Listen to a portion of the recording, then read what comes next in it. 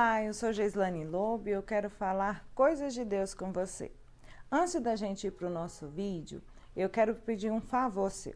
Eu quero que você se inscreva no canal e se você gostar desse vídeo, que você deixe o seu like e compartilhe com aqueles que você acha que precisa ouvir isso. Tá bom? Hoje eu quero falar sobre um assunto muito interessante. E que tem chegado a mim com muita frequência, e isso tem me assustado. E hoje a minha mensagem vai para os pais. Tem acontecido muito de crianças e adolescentes cortar os pulsos, se automutilar. E isso gera uma preocupação muito grande nos pais, a ponto de paralisar eles, de não saber o que fazer e às vezes até mesmo de se culpar e se perguntar onde foi que eu errei. A postura dos pais, quando descobre que o filho está assim, geralmente é uma postura de esconder. É como se cortar os pulsos fosse algo tão assustador que se torna um tabu. Os pais, eles escondem dos filhos, a maioria das vezes, que ele sabe que o filho está fazendo isso. Por quê? Porque ele não sabe lidar. Quando você finge que não sabe, é ruim porque o fato dele estar cortando os pulsos é justamente para mostrar que alguma coisa está errada. É como se a dor interna deles fosse tão grande, que o externo já não importasse mais. A ponto de que as dores externas, a dor do seu corpo, aliviasse essa dor interna. Então, os pais, geralmente, eles jogam essa responsabilidade para um profissional. A primeira coisa que os pais fazem é correr atrás de um psicólogo, de um psiquiatra. Não que isso seja errado, vocês vão precisar sim desse profissional. Mas a primeira pessoa que deve dar esse amparo é você, pai e mãe. Os seus filhos, talvez eles não estejam precisando de amigos, talvez ele esteja precisando de alguém que valide essa dor dele, que entenda essa dor dele. E, geralmente, pai e mãe são as pessoas mais próximas. O que o jovem quer falar com esse comportamento? Quando a dor dele já não cabe mais dentro do seu interior, o que ele faz? Ele joga isso para fora. Geralmente, o jovem, ele não tem muito repertório para colocar, para lidar com a dor. Geralmente, quando eu vou falar com os pais, eu percebo na fala deles que meu filho sente uma tristeza muito grande. Ou meu filho, ele teve uma perda muito grande. Então, é como se ele não tivesse conseguido lidar com aquela dor. E aí, o que ele faz? Ele começa a encontrar um mecanismo que alivia essa dor. Então, essa dor interior, ela é maior do que a dor exterior.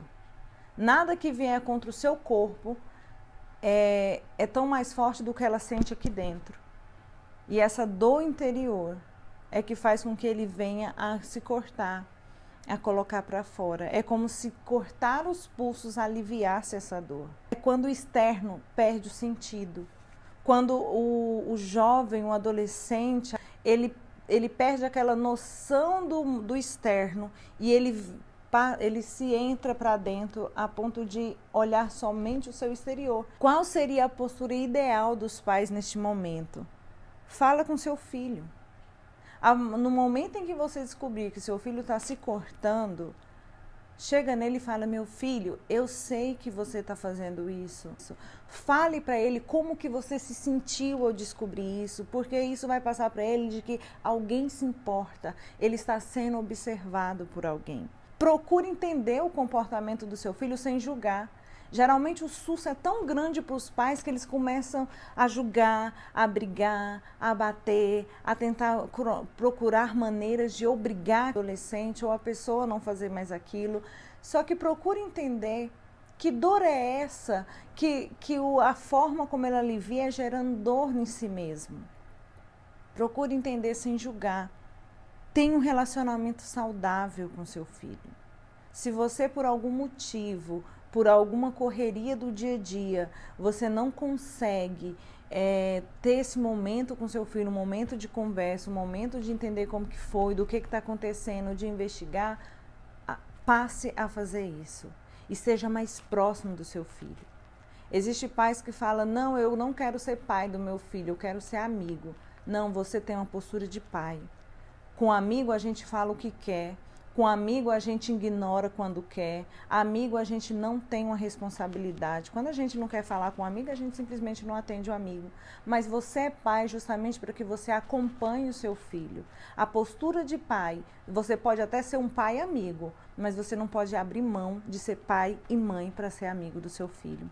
Ele não está precisando de amigos, ele está precisando de pai e mãe. Você conhece seu filho. Eu acredito que se você mora com aquela pessoa, você sabe quando é que ele muda o comportamento, você sabe quando que tem algo de errado, você sabe quando não está tudo nos eixos.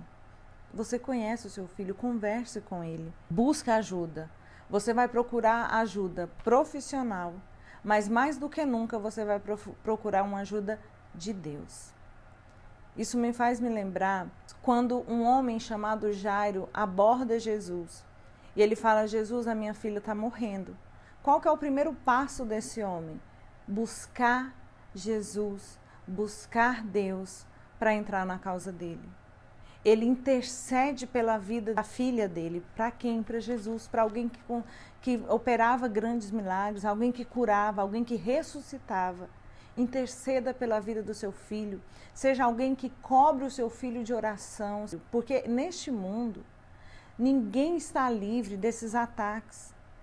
Vai passar essa fase de cortar pulso e pode ser que venha uma fase, outra fase, e que o seu filho precisa estar protegido, não só afetivamente, com carinho, com atenção de pai e mãe, de família, porque família é uma base muito importante, mas ele precisa estar cercado de oração, ele precisa estar cercado por esse cuidado espiritual. Então, apresente Jesus ao seu filho e apresente o seu filho para Jesus. Esse homem, ele estava desesperado porque a sua filha estava morrendo. E ele fala: Jesus, a minha filha está morrendo. Em meio termo, Jesus ainda faz outro milagre. Ele cura a mulher com fluxo de sangue. E enquanto Jesus está ali curando, chega o servo e fala: olha, Senhor, não precisa mais incomodar Jesus. A sua filha já morreu. Vai ter gente que vai falar para você: olha, não tem jeito. Isso aí não tem cura. Não vai ter jeito, desiste, abre mão. Adolescente é assim mesmo, jovem é assim mesmo. Não desista. Jesus olha para Jairo e fala assim: olha, não tenha medo, tenha fé que ela vai ficar boa. É isso que eu quero falar para você, não tenha medo. Não tenha medo, que se isso chegou aos seus olhos, se você conseguiu detectar isso dentro da sua casa, não tenha medo, significa que vai haver mudança, depende de você. Tenha fé que isso vai mudar. E aí Jesus vai para a casa daquele povo e a criança, para aquele pessoal que estava ali, ela já estava morto, já havia muito choro, já havia muita abrição de mão, alguém já tinha abrido mão daquela criança.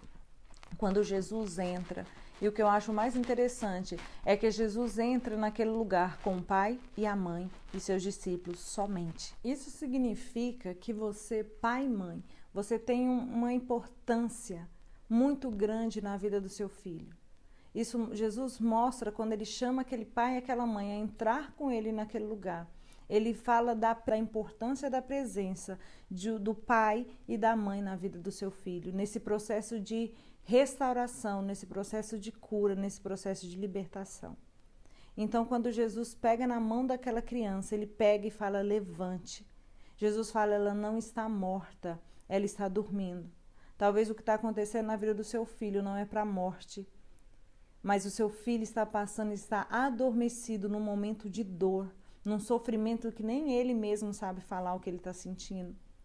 E ele precisa de alguém que lhe dê a mão, de alguém que lhe dê a mão e fale: eu estou com você, eu vou caminhar com você, que valide essa dor.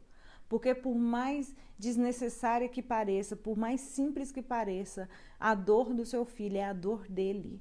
Você precisa entender. Ah, é só uma fase? Ah, essa fase de adolescência é muito difícil. Não dispense a fase do seu filho. E depois que Jesus ressuscita aquela criança, ele fala: alimente.